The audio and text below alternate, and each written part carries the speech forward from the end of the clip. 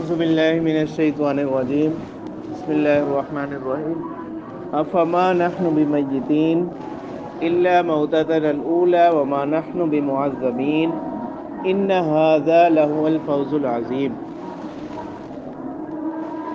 تو اس میں تھوڑی سی وضاحت ہے کہ یہ کل کے سبق کے آخر میں تھا کہ ایک جنتی شخص جنت میں آ کر وہ اپنے جو دنیا میں اس کا دوست تھا جو کہ کافر تھا تو وہ جہنم میں گیا، تو اس کو وہ یاد کرے گا جنت میں آ کر نا، کہ اللہ تعالیٰ سے پوچھے گا کہ میرے اس دوست کا کیا بنا، پھر ان کا مکالمہ تھا آپس میں۔ تو کل تھوڑی سی یہ بات یہ ہوئی تھی کہ افما نحن بمیتین، یہ اس جہنمی کا قول نہیں ہے، کل کے سبق میں یہ ہوا تھا، تو اس میں تھوڑی سی وضاحت ہے، اس کو ٹھیک کر لیں۔ افما نحن بمیتین، یہ اسی جنتی کا قول، یعنی بطور خوشی کے، تو خوشی کے وہ اپنے ساتھیوں سے، جیسے ہوتا ہے نا کہ انسان انتہائی خوشی کے وقت میں کسی سے پوچھتا ہے کہ کیا اب ہم اسی حالت پر ہی رہیں گے، یہ مطلب افما نحن بمیتین، کیا ہم اب مرنے والے نہیں ہیں، الا موتتنا الاولی، مگر پہلی موت، یعنی جو پہلے ایک مرتبہ ہمیں موت آ چکی ہے، وما نحن بمعذبین، اور کیا اب ہمیں عذاب نہیں دیا جائے گا۔ تو یہ جنتی شخص ہی خوشی کی کثرت کی وجہ سے، خوشی کی شدت میں اپنے ساتھیوں سے کیا کرے گا، سوال کرے گا، یعنی یہ مطلب نہیں کہ اس کو اس میں کوئی یقین نہیں ہوگا، یعنی بطور تعجب کے وہ ایسے پوچھے گا سوال۔ اور بعض اس میں آتا ہے کہ یہ بعض تفسیروں میں کہ اس وقت کریں گے وہ سوال کہ جس وقت فیصلہ ہو جائے گا نا کہ اب جنتی جنت میں رہیں گے، جہنمی جہنم میں، تو اس وقت یعنی وہ لوگ جو مستقل جہنم میں رہنے والے ہوں، باقی گنہگار مومن تو ایک وقت کے بعد نکال لیے جائیں گے۔ تو جس وقت یہ فیصلہ ہو جائے گا تو اس وقت موت کو ایک مینڈے کی شکل میں لے کر آئیں گے، ٹھیک ہے، اور اس کو پھر ذبح کریں گے، تو اس وقت یہ سوال کریں گے، بعض تفسیروں کے مطابق اس وقت یہ اب سوال کریں گے جنتی، افما نحن بمیتین، کہ اب ہمیں اب موت آنے والی نہیں ہے، ٹھیک ہے، موت کو ایک مینڈے کی شکل میں لایا جائے گا، اس کو ذبح کر دیا جائے گا، اور پھر اعلان ہوگا کہ اب کوئی موت نہیں ہے، تو جو جس حال میں ہے اب وہ اس میں ہمیشہ رہے گا، یعنی جنتی ہمیشہ جنت میں رہیں گے اور جہنمی جو لوگ ہیں وہ ہمیشہ جہنم میں رہیں گے۔ اور بعض روایات میں آتا ہے کہ حضرت یحییٰ علیہ السلام اس کو ذبح کریں گے، ٹھیک ہے۔ تو اس میں یہ وضاحت تھی کہ یہ کس کا قول ہے، جنتی کا قول ہے، افما نحن بمیتین، کہ وہ بطور خوشی کے اپنے ساتھیوں سے سوال کرے گا کہ کیا اب ہمیں موت نہیں آئے گی، الا موتتنا الاولی، مگر وہی پہلی موت، وما نحن بمعذبین، اور کیا ہم عذاب نہیں دیے جائیں گے، ان ھذا لہو الفوز العظیم، تو بے شک یہ کیا ہے، بڑی کامیابی ہے، لمثل ھذا فلیعمل العاملون، تو چاہیے کہ اسی کے جیسا، اسی کے مثل کے لیے، اسی جیسی چیز حاصل کرنے کے لیے فلیعمل العاملون، کوشش کریں عمل کرنے والے، عمل کریں عمل کرنے والے۔ اذالک خیر نزلا ام شجرۃ الزقوم، تو اب آگے اللہ تعالیٰ فرما رہے ہیں کہ کیا یہ چیز، یعنی اب دونوں کا موازنہ کیا جا رہا ہے، یہ جو نعمتیں خیر نزلا، یہ زیادہ بہتر ہے مہمان نوازی کے لیے، یہ مہمان نوازی اس معنی میں کہ جنتی ابھی چونکہ اپنے اس مقام میں آئے، جہنمی ابھی چونکہ اپنے اس مقام میں آئے۔ عام عرفی ہے نا کہ جب کوئی نئی جگہ جاتا ہے تو اس کے ساتھ طعام کا معاملہ کیا جاتا ہے، تو اس اعتبار سے اس کو مہمان نوازی کہا جا رہا ہے کہ اذالک خیر نزلا، کیا یہ بہتر ہے مہمان نوازی کے اعتبار سے، ام شجرۃ الزقوم، یا زقوم کا درخت۔ زقوم کا درخت سے مراد ایک ایسا درخت ہوتا ہے جو نہایت بدبودار ہوتا ہے اور زہریلا ہوتا ہے، ٹھیک ہے، سے بعض اردو تراجم میں اس کا ترجمہ تھوہر کا درخت سے بھی کیا گیا، تھوہر کا درخت، یا بعض مفسرین فرماتے ہیں کہ اصل میں یہاں جو اس کا ذکر کیا گیا نا زقوم کے درخت کا، وہ اس وجہ سے کہ جس وقت اس کا تذکرہ ہے نا زقوم کے درخت، تو بعض روایات میں ابو جہل کا نام آتا ہے.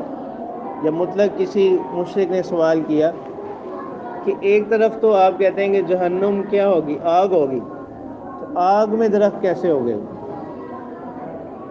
آگے پھر اسی درخت کے بارے میں ہی وضاحت ہے آئندہ آیات میں، اسی کا جواب دیا جائے. جیسے بعض اس میں آتا بھی ہے روایات کہ سمندر اور بعض جگہ نام سمندل را کے ساتھ اور بعض جگہ لام کے ساتھ، سمندل ایک جانور ہوتا ہے جو کہ کیڑا ہے، آگ میں ہی پیدا ہوتا ہے اور آگ میں ہی رہتا ہے، آگ اس کو جلاتی نہیں. اسی طرح یہ بھی کوئی ایسا درخت ہوگا کہ جہنم میں ہی کیا ہوگا، اگے گا اور وہیں پر یہ رہے گا. انا جعلناها فتنة للظالمین. اصل بات تو یہ ہے کہ اللہ تعالیٰ فرمانے ہیں کہ ہم نے بنایا ہے اس کو، یعنی اس درخت کو، آزمائش، ایک معنی اس کے فتنہ کے، للظالمین گنہگاروں کے لیے، اور ایک معنی اس کے انا جعلناها فتنة للظالمین، ہم نے اس درخت کو بنایا ہے عذاب للظالمین گنہگاروں. تو فتنہ کے دو معنی ہوئے، ایک آزمائش کے، عذاب، یعنی آزمائش ہے، امتحان اس طرح سے کہ کون اس پر ایمان لاتا ہے، کون اس پر ایمان نہیں لاتا. انہا شجرۃ تخرج فی اصل الجحیم، یہ جواب ہو گیا ان کی بات کا کہ یہ درخت ہے، تخرج نکلتا ہے، فی اصل الجحیم یعنی اس کی جڑوں میں سے، طلعها اور اس کے جو خوشے ہیں، کأنہ رؤوس الشیاطین، اس کا جو ایک پھل ہوتا ہے، خوشے ہوتے ہیں، وہ ایسے ہیں جیسا کہ شیاطین کے سر، یعنی یہ بطور محاورہ کی تشبیہ دی جا رہی ہے اس کے کریہ المنظر ہونے میں، اس کی بدصورتی میں، اس کو تشبیہ دی جا رہی ہے جیسا کہ شیاطین کے سر، ایک ترجمے کے مطابق. اور بعض اردو تراجم میں شیاطین کا ترجمہ سانپوں کے سر سے کیا گیا، طلوحا اور اس کے خوشے جیسا کہ وہ کیا ہوں گے، سانپوں کے سر ہوں گے. اسی مناسبت سے اس درخت کا نام ناگ پھن بھی کہتے ہیں اس کو، جس طرح سانپ کا ایک پھن ہوتا ہے نا، تو اس شکل میں درخت ہوتا ہے. تو یہ بھی تشبیہ ہے بدصورتی میں، اس کے خوفناک ہونے میں، جس طرح سانپ زہریلی چیز ہے، اسی طرح یہ درخت بھی کیا ہوگا، زہریلا. فَإِنَّهُمْ لَآكِلُونَ مِنْهَا، تو یہ جہنمی لوگ اس میں سے کھائیں گے، فَمَالِئُونَ مِنْهَا الْبُطُونَ اور اس سے اپنے پیٹ کو بھریں گے، مالا یملو بھرنا. ثُمَّ إِنَّ لَهُمْ، پھر اسی پر بس نہیں ہوگی، یہ تو کھانے کی بات ہوگی، اب پینے سے متعلق. ثُمَّ إِنَّ لَهُمْ، پھر ان کے لیے ہوگا، علیہا اس پر یعنی اس کھانے کے بعد، لَشَوْبًا مِّنْ حَمِيمٍ ملا ہوا ملاوٹ، کس کی، من حمیم کھولتے ہوئے پانی کی، اس کی کھولتے ہوئے پانی. جیسے بعض اس میں اور مقامات پر میں مائن صدید، پیپ والا پانی، وساق، ٹھیک ہے، تو اس کے ساتھ ساتھ کھولتا ہوا پانی بھی ملا ہوگا اس پیپ اور اس کے ساتھ. ثم ان مرجعهم لإلى الجحیم، پھر ان کا لوٹنا ہوگا، ان کا ٹھکانہ ہوگا کس کی طرف، لإلى الجحیم جہنم کی طرف، دوزخ کی طرف. ٹھیک ہے، جیسے بعض روایات میں بھی آتا ہے کہ جب کوئی مومن تلاوت کرے یا کوئی شخص تلاوت کر رہا ہو اور جہاں پر آیات آئیں جس کی نعمتوں کی، تو وہ اللہ سے ان نعمتوں کو مانگے، ان نعمتوں کا سوال کرے، اور جہاں اس قسم کی آیات ہیں اللہ کے عذاب کی، تو وہاں پر وہ اس عذاب سے کیا کرے، پناہ مانگے. تو یہ کیا ہے، یہ حدیث کی تعلیم، تو یہ سنت طریقہ ہے. تو عام تلاوت میں بھی یہ ہو سکتا ہے، نمازوں وغیرہ میں تو نہیں، نوافل میں بعض علماء نے گو اس کی اجازت دی ہے، فرائض میں. عام تلاوت میں یہ مستحب ہے، مسنون عمل. جیسے بعض صورتوں کے یا بعض آیات کی بھی خاصیت میں یہ بیان کیا جاتا ہے کہ جو اس آیت کو پڑھے وہ اس کے بعد یہ پڑھے. ٹھیک ہے، تو اسی طرح کہ اگر جہنم کا تذکر آئے تو اللہ تعالیٰ سے اس کیا کرے، اس سے پناہ مانگے، اللہم احفظنا منہ، کہ اللہ تعالیٰ ہمیں اس سے کیا رکھے، محفوظ رکھے. انہم الفوا آباءہم ضالین، انہوں نے پایا اپنے آبا کو گمراہی پر، فہم علی آثارہم یہرعون، اور یہ بھی بس انہی کی تقلید میں، ان کے نشانات پر، ان کے قدموں پر کیا ہو گئے، دوڑنے لگے، یعنی انہی کی پیروی کرنے لگے. وَلَقَدْ ضَلَّ قَبْلَهُمْ أَكْثَرُ الْأَوَّلِينَ، اور گمراہ ہوئے ان سے پہلے اکثر الاولین، یعنی پہلے لوگوں میں بہت سے لوگ، ان سے پہلے بھی پچھلوں میں بھی بہت سے لوگ کیا ہوئے؟ گمراہ ہوئے۔ وَلَقَدْ أَرْسَلْنَا فِيهِمْ مُنذِرِينَ، اور ہم نے بھیجے ان کے درمیان ڈرانے والے، یعنی اپنے رسولوں کو ہم نے وہاں بھیجا۔ فَانظُرْ كَيْفَ كَانَ عَاقِبَةُ الْمُنذَرِينَ، تو لہٰذا آپ دیکھیے کیسا انجام ہوا ڈرائے ہوں کا، یعنی جن کو ڈرایا گیا پہلے انہوں نے نہ مانا، پھر ان پر عذاب ہے۔ الا عباد اللہ المخلصین، مگر اللہ کے بندے المخلصین، خالص، یعنی جو توحید پر قائم رہے اور جنہوں نے ان انبیاء کی دعوت کو قبول کیا۔ وَلَقَدْ نَادَانَا نُوحٌ فَلَنِعْمَ الْمُجِيبُونَ، اب یہاں سے چند قصے بیان کیے جا رہے ہیں کہ اس سے پہلے بھی ہم نے نافرمان قوموں کا کیا حال کیا، نافرمانی کے بعد اس نافرمانی کا کیا نتیجہ نکلا، ٹھیک ہے، اور ساتھ ساتھ دوسری طرف انبیاء کے حوالے سے کہ انبیاء جو نبی گزرے ان کو ہم نے کیا مقام دی۔ وَلَقَدْ نَادَانَا نُوحٌ فَلَنِعْمَ الْمُجِيبُونَ، ہم کو پکارا نوح علیہ السلام نے، فَلَنِعْمَ الْمُجِيبُونَ، اور ہم لوگ کیا ہیں؟ بہترین فریاد سننے والے۔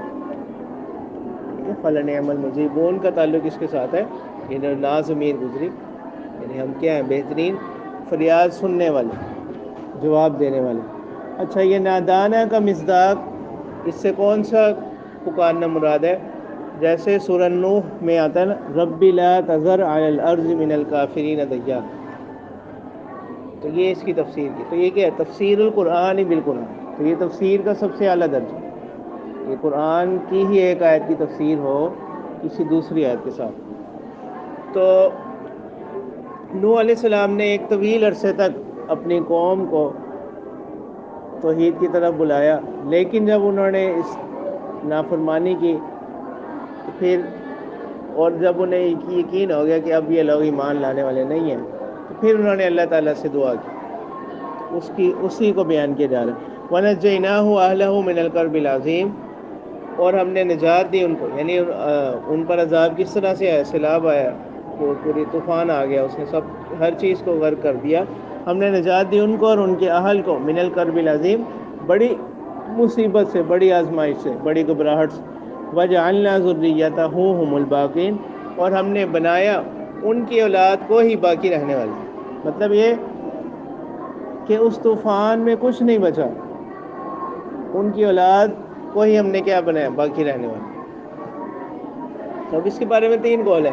ایک قول تو یہ کہ اس طوفان میں دنیا کی، وہ طوفان آیا تمام روئے زمین پر، ساری آبادی ختم ہو گئی، اس کے بعد جو نسل انسانی چلی وہ نوح علیہ السلام کے تین بیٹوں سے، سام، سین الف میم، حام، ہا الف میم، اور یافت، یا الف فا اور تھا، ان تین بیٹوں سے آگے کیا چلی ہے؟ نسل انسانی چلتی۔ اسی معنی میں نوح علیہ السلام کو کیا کہا جاتا ہے؟ آدم ثانی بھی کہا جاتا ہے۔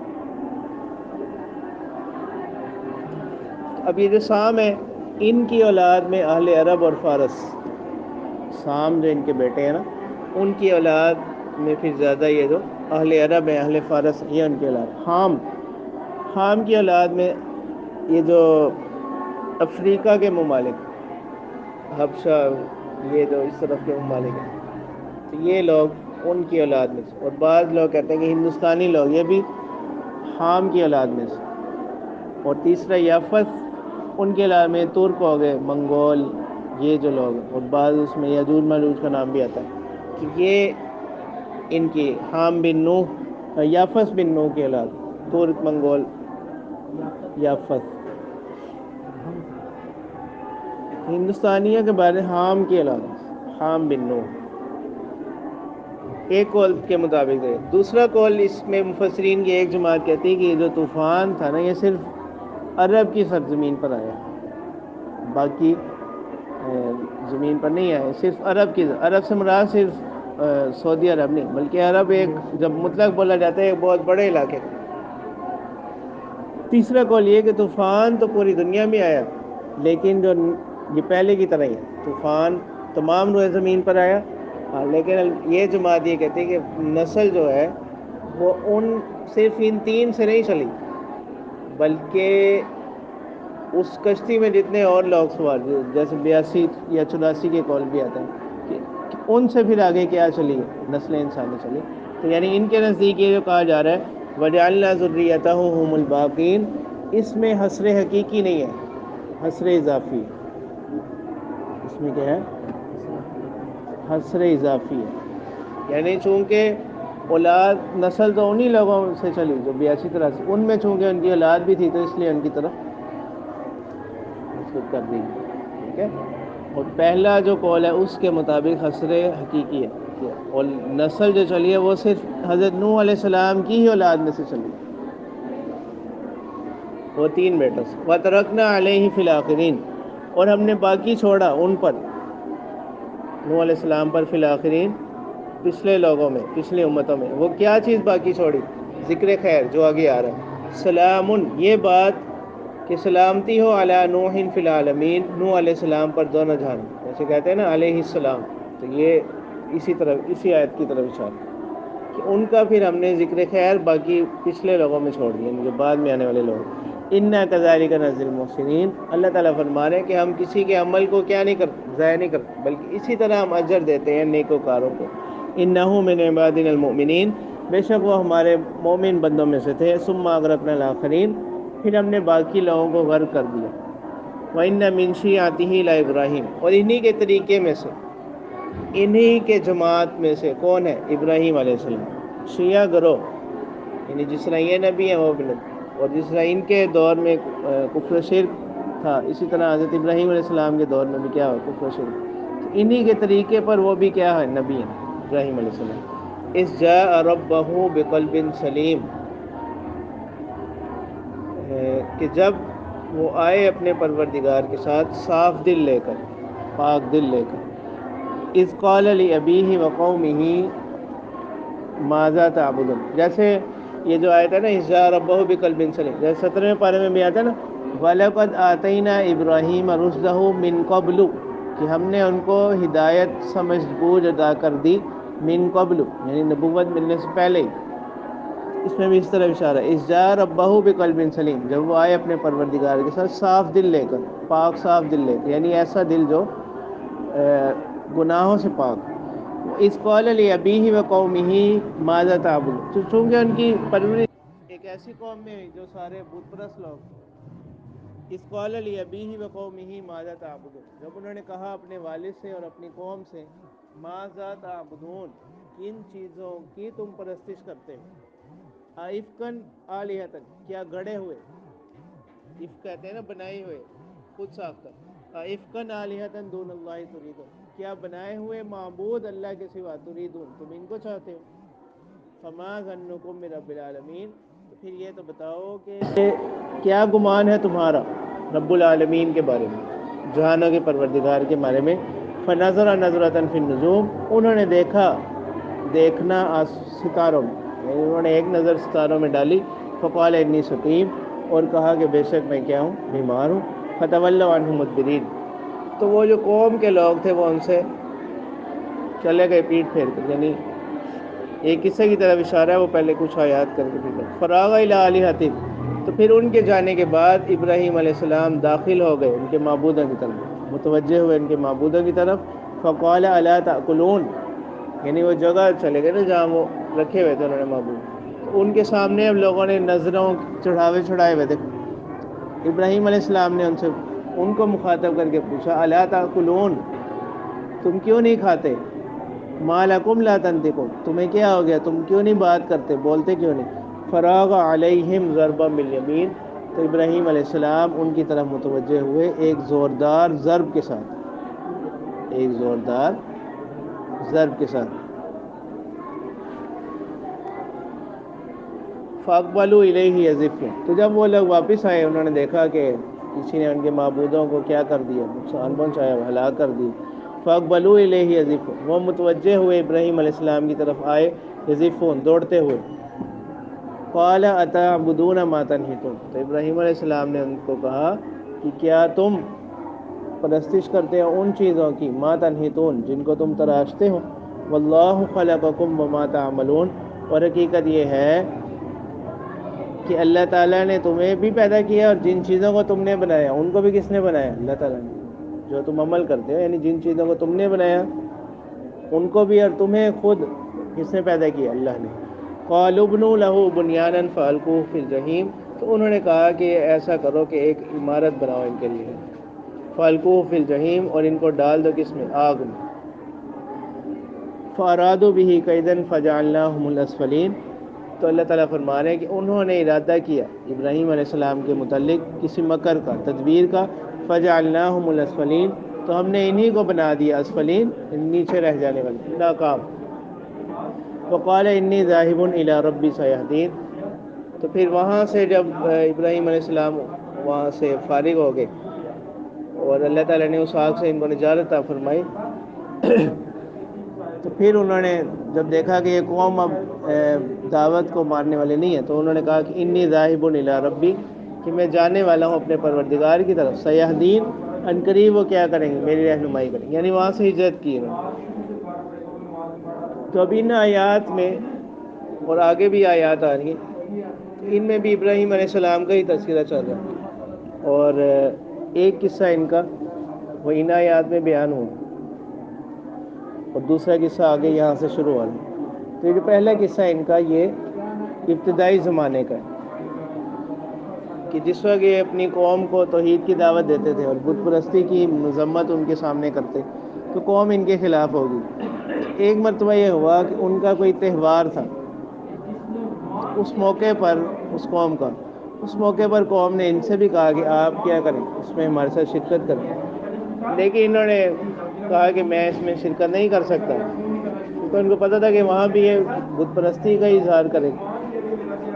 تو جس وقت قوم اس تہوار کے لیے چلی گئی تو پیچھے انہوں نے ان کے عبادت خانے میں جتنے بھی بت رکھے ہوئے تھے ان تمام کو کیا کر دیا؟ ہلاک کر دیا، ایک کو چھوڑ دیا تاکہ یہ لوگ آ کر اس سے پوچھیں گے۔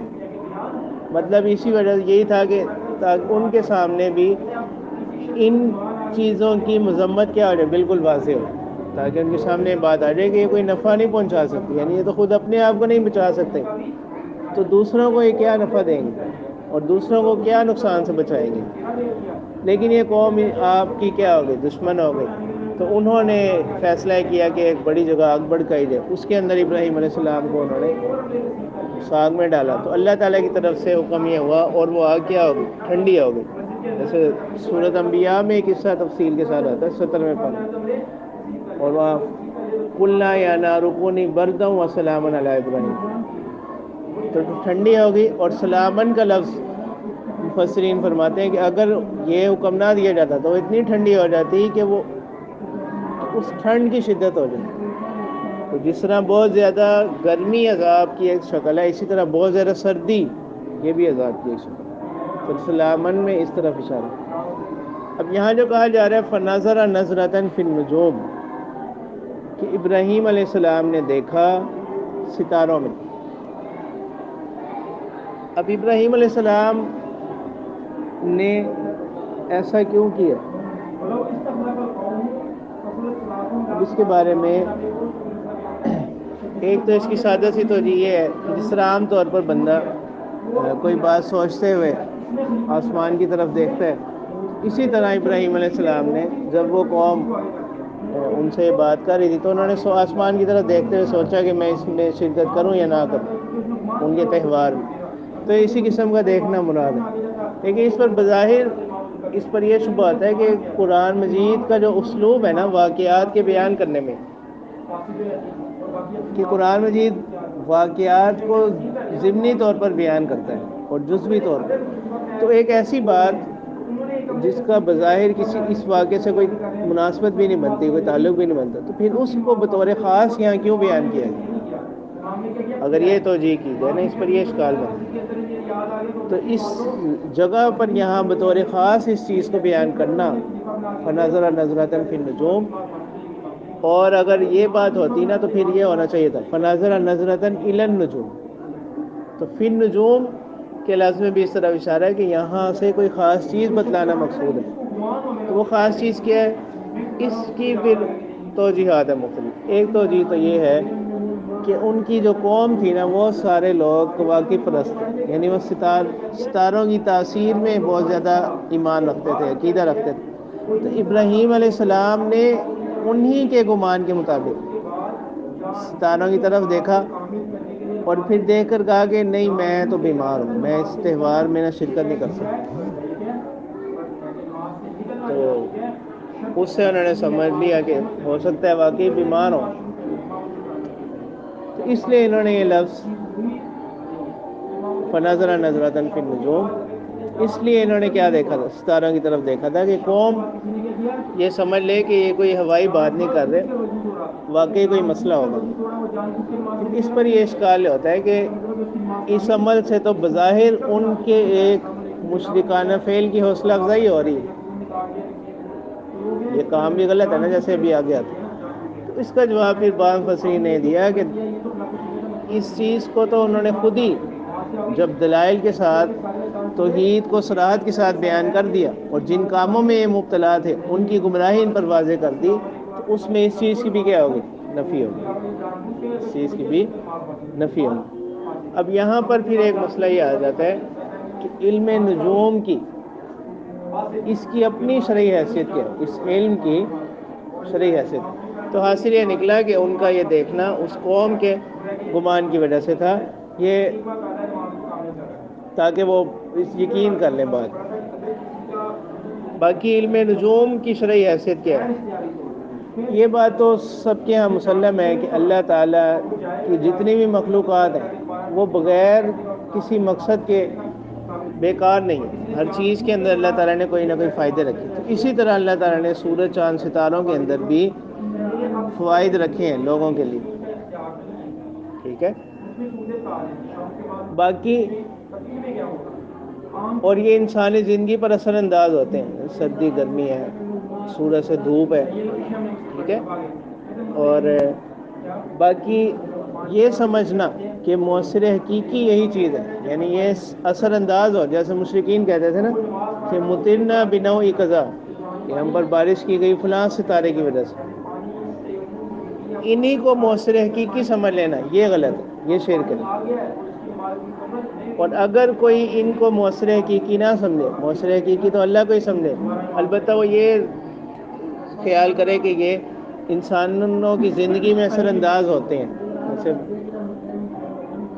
تو اس حد تک یہ عمل شرک تو نہیں ہوگا، لیکن یہ عمل سے منع کیا جاتا ہے اس وجہ سے کہ یہ بھی شرک تک لے جانے والا ہے، یعنی ایسا ایسا ہی انسان کو شرک تک لے جائے گا. ٹھیک ہے، اسی وجہ سے اس علم کا سیکھنا اور اس میں زیادہ اس کی گہرائی میں جانا، اس کی باتوں کی تصدیق کرنا، تو یہ کیا ہے؟ اسی وجہ سے یہ کیا ہے؟ ممنوع ہے، سے منع کیا گیا. اسی سے وہ جو جس اخباروں میں لکھا وہ کالم ہوتا ہے نا کہ آپ کا ہفتہ کیسا رہے گا، آپ کا دن کیسا رہے گا. ٹھیک ہے، اسی وجہ سے علماء نے ایسی چیزوں پر اعتقاد رکھنے سے کیا کیا؟ منع کیا. اور اس وجہ سے ان کو دیکھنا پڑھنا بھی اسی وجہ سے منع کیا جاتا ہے کہ ایسا ایسا پھر انسان ان سے متاثر ہوتا ہے. تیسرا مسئلہ یہاں پر ہے انی سقیم. ابراہیم علیہ السلام نے جو کہا انی سقیم، تو یہ ابراہیم علیہ السلام نے کیوں کہا؟ ایک بولتے ہیں کہ وہ واقعتاً بیمار تھے انی سقیم، اور ایک قول یہ ہے کہ ابراہیم علیہ السلام کا یہ کہنا انی سقیم،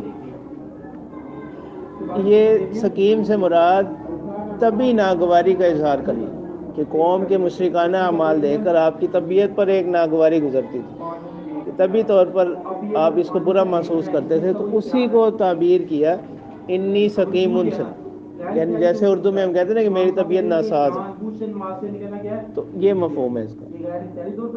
اور ایک یہ ہے کہ آپ ایک ولی انی سقیم، تو یہاں صفت مشبہ بمعنی کس کے؟ مستقبل کے، کہ میں بیمار ہونے والا ہوں، میں بیمار ابھی تو نہیں ہوں لیکن میں آئندہ کیا ہونے والا ہوں؟ بیمار ہونے والا ہوں، مستقبل کی طرف سے. تو یہ دو اس کی توجیحات کی. ایک تیسری توجیہ بھی اس کی یہ کی گئی کہ حضرت ابراہیم علیہ السلام نے ان کی طبیعت ایسی ناساز نہیں تھی کہ اس میں شرکت نہ کر سکتے جس تہوار کی وہ دعوت ہے. تو البتہ انہوں نے انی سکیم ایسے ماحول میں کہا کہ جس سے سننے والے خود یہ سمجھے کہ بظاہر ان کی طبیعت ایسی شاید ایسی ناساز ہے کہ اس میں کیا نہیں کر سکتے, شرکت نہیں کر سکتے. یعنی وہ ان کے سے یہ سمجھ گئی, انہوں نے خود یہ سمجھ لیا کہ یہ اس میں شرکت نہیں کر سکتے. تو باقی اس کو کہا جاتا ہے توریہ.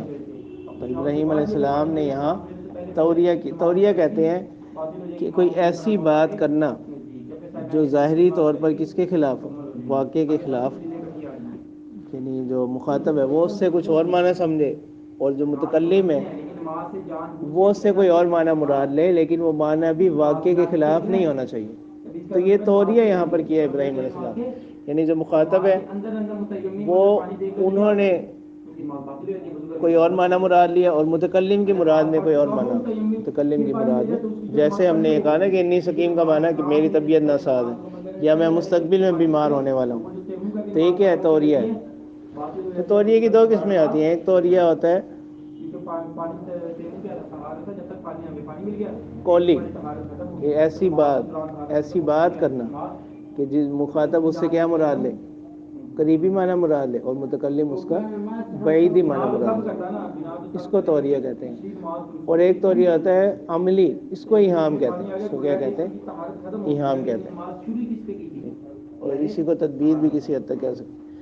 اور یہ آپ صلی اللہ علیہ وسلم سے بھی ثابت ہے, جیسے ہجرت کے واقعے میں کہ جس وقت کوئی بھی شخص آ کر حضرت ابوبکر صدیق رضی اللہ تعالیٰ عنہ سے پوچھتا تھا کہ یہ کون ہے, تو وہ کہتے تھے ہوا رجل یہدینی, ہوا رجل یہدینی, کہ یہ شخص ہے, یہ کیا کر رہا ہے, میری رہنمائی کر رہا ہے. تو اب سننے والا اس سے کون سی راستے کی رہنمائی سے مراد لیتا ہے, اور حضرت ابوبکر صدیق رضی اللہ تعالیٰ عنہ دینی رہنمائی مراد, کہ یہ کیا کر رہا ہے, یہ شخص اس نے مجھے ہدایت کی راہ پر لے کر آیا. اس طرح آپ صلی اللہ علیہ وسلم کے پاس ایک بڑھیا آئی, اس نے آپ صلی اللہ یعنی مزاح میں بھی یہ ثابت ہے, آپ صلی اللہ علیہ وسلم نے پوچھا کہ میں جنت میں جاؤں گی یا نہیں جاؤں, تو آپ صلی اللہ علیہ وسلم نے فرمایا کہ نہیں جاؤں. تو وہ رونے لگی. پھر آپ صلی اللہ علیہ وسلم نے فرمایا کہ کوئی بھی بڑھیا جو ہے وہ جنت میں, کوئی بھی جو بوڑھا ہوگا وہ جنت میں اس حال میں نہیں جائے گا بلکہ جوان ہو کر جائے گا. ٹھیک ہے. جس طرح ایک اور بھی واقعہ تھا نا کہ آپ صلی اللہ علیہ وسلم کے پاس ایک شخص سواری کی طلب میں آیا, تو آپ صلی اللہ علیہ وسلم نے کہا کہ میں آپ کو اونٹنی کا بچہ دوں گا. اس نے کہا کہ بچہ میں کیا کروں گا, تو آپ صلی اللہ علیہ وسلم نے فرمایا کہ جو اونٹ ہوتا ہے وہ اس کو بھی تو کسی مادہ نہیں پیدا کی ہے نا, اونٹنی نہیں پیدا کی ہے. تو یہ توریہ ہے. ٹھیک ہے. اور یہی جو ابراہیم علیہ السلام کے واقعے سے متعلق مشہور حدیث ہے, وہاں پر اس پر کاذب کا اطلاق جو کیا گیا, تو وہاں ظاہری حقیقی طور پر جھوٹ مراد نہیں, یعنی ظاہری اعتبار سے وہ بات کیا ہے, جھوٹ لگ. تو یہ معنی توریہ کہ ظاہر اس کا جو ہے مخاطب کوئی اور معنی مراد لیتا ہے اور متکلم اس کا اور معنی مراد لیتا ہے. تو اسی کی تائید اسی حدیث مبارکہ کے الفاظ سے بھی ہوتی ہے, جس میں آگے آ رہا ہے کہ ان میں سے کوئی بھی جو جھوٹ ہے, یعنی ظاہری طور پر یہ جھوٹ لگ رہے ہیں, کہ کوئی بھی جھوٹ اپنے حقیقی معنی میں جھوٹ, اور کوئی جھوٹ ایسا نہیں ہے کہ جس سے دین کی نصرت و حمایت مقصود نہ ہو. ان سے مقصود کیا تھا, دین کی حمایت مقصود. اور ان کو جو جھوٹ بھی حدیث میں کہا گیا وہ صرف ظاہر کے اعتبار سے جھوٹ تھا, حقیقت میں جھوٹ نہ تھا, بلکہ حقیقت میں کیا تھا, توریہ تھا. توریہ یہ ہوتا ہے کہ کسی بات سے مخاطب اس کا قریبی معنی مراد لے اور متکلم اسی چیز کا بعیدی معنی مراد.